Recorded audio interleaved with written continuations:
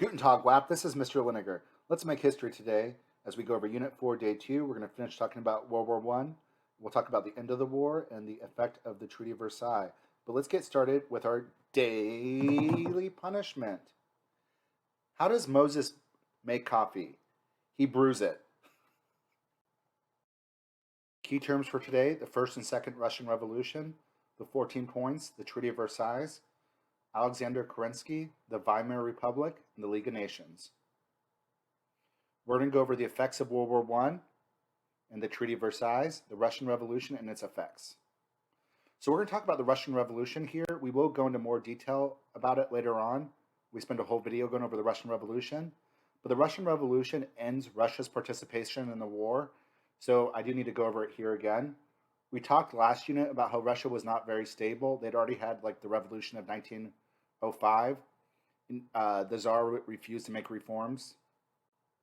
So let's talk about what causes the Russian Revolution. In 1916, Russia was in trouble militarily, and they were near collapse. The troops were ready to mutiny. They were underfed. Peasants were starving. Workers were upset. They were doing really bad in the war. In February 1917, Russia will have their first revolution, called the February Revolution or the Liberal Revolution. The troops will mutiny and refuse imperial orders.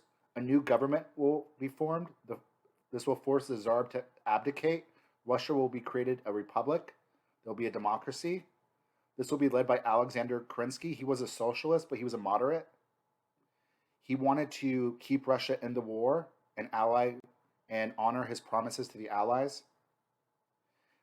He did not have a lot of power. There were too many parties in Russia. He delayed a lot of the reforms, which was what caused the revolution. The causes of the Russian Revolution were peace, land, and bread. And he's not doing land reform. He's not getting peace. The peasants, for the most part, are still starving.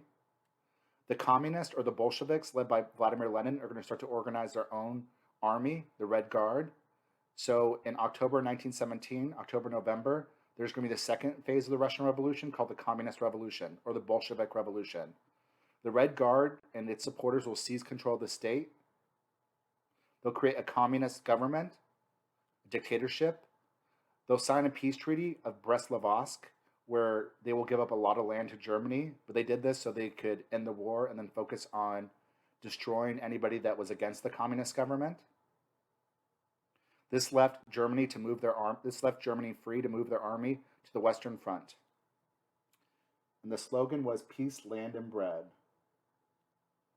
This right here shows the territory that Russia lost in the Treaty of Brest-Litovsk. Germany definitely was very greedy. They took a lot of land from Russia, which they'll have to give up anyway when they lose the war. This shows some of the propaganda posters created by the communists for the Russian Revolution. Let's talk a little bit about the home front. The home front was how the war affected people within their own country, like how it affected people domestically. Let's talk about what governments changed. Governments will take control over many industries. They'll turn that car factory into making tanks instead. They'll make use of sophisticated propaganda, videos, and posters. Women's participation in labor force will increase. The men are fighting in the war, so a lot of the women will work in factories. After the war, a lot of these women will have to go back to the household. Women's participation in the war will help them gain the right to vote in Britain, Germany, and America right after the war. In 1918, Germany is going to use all those soldiers they got from the Eastern Front. They're going to launch one last major offensive to finally try to defeat the French. The U.S. troops are going to arrive quicker than expected. They're going to halt the German advances right outside Paris in the Second Battle of the Marne. After that, the Austrian, Bulgarian, Turkish armies are going to all collapse, and Germany is going to have to sue for peace on Armistice Day in November 1918. Germany will go through their own communist revolution in 1918-1919. Unlike Russia, as they will break the communist government, Germany will have a socialist, democratic government, the Weimar Republic, which will be the one that sues for peace. The Kaiser of Germany, their king, Wilhelm II, will have to abdicate, and they'll be replaced with a civilian government.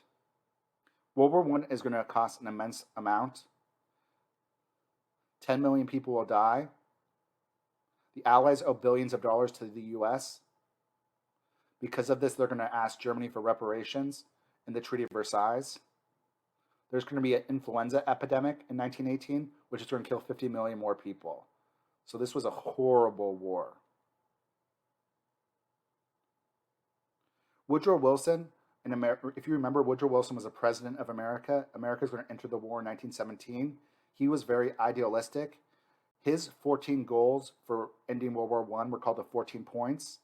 They were very kind of naive. He wanted to end secret alliances. He wanted to reduce the size of armies and navies. He wanted self-determination for all people. A lot of the allied countries like Britain and France don't want this because, like, Britain doesn't want self-determination because they don't want India to be able to choose whether they're independent or not. So for the most part, they're going to ignore the 14 points. The only point they'll really allow will be the League of Nations.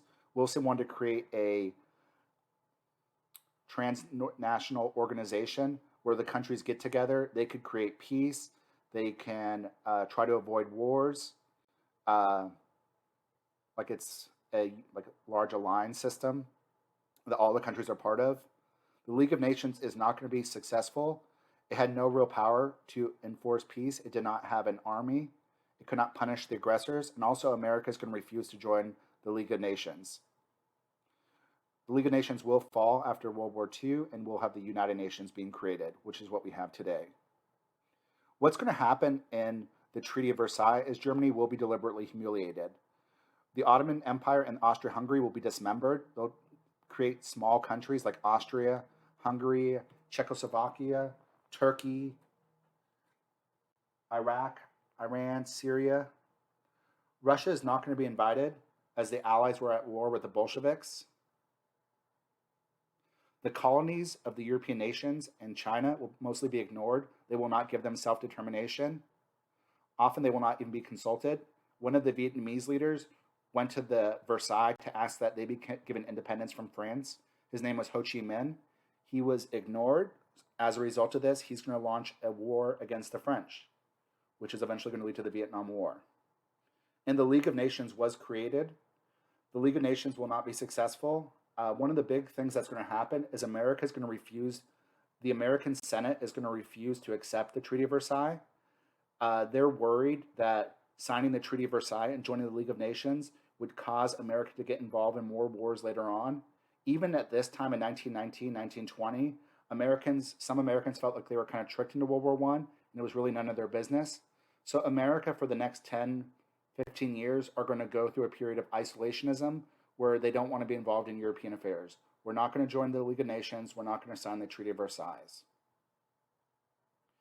For the Treaty of Versailles, Germany is going to lose their all their colonies. Germany is going to lose all of their overseas territories. They'll lose all their lands in Africa and Asia. Germany's going to have to reduce their army to an army of 100,000. They have to get rid of their navy and their air force. Germany's going to have to pay billions of dollars in reparations. This was a treaty meant to punish and humiliate Germany. Germany has to sign a document in the Treaty of Versailles that say they were fully responsible for causing World War I, which actually was not true because it was really caused by Serbia. Germany also loses some territory to Poland. If you look at this map right here, their country's going to be cut into two now. This treaty is going to cause a lot of resentment and anger. The German nationalists are going to be very angry by the Treaty of Versailles. They feel like they were betrayed. And the Treaty of Versailles is going to be what leads to things like Hitler in the 1920s and 1930s. But that's all I have for today. That is World War I. We will start going over the 1920s next and some of the major revolutions that were happening concurrently during this time period. Until next time, deuces. Deuces, deuces.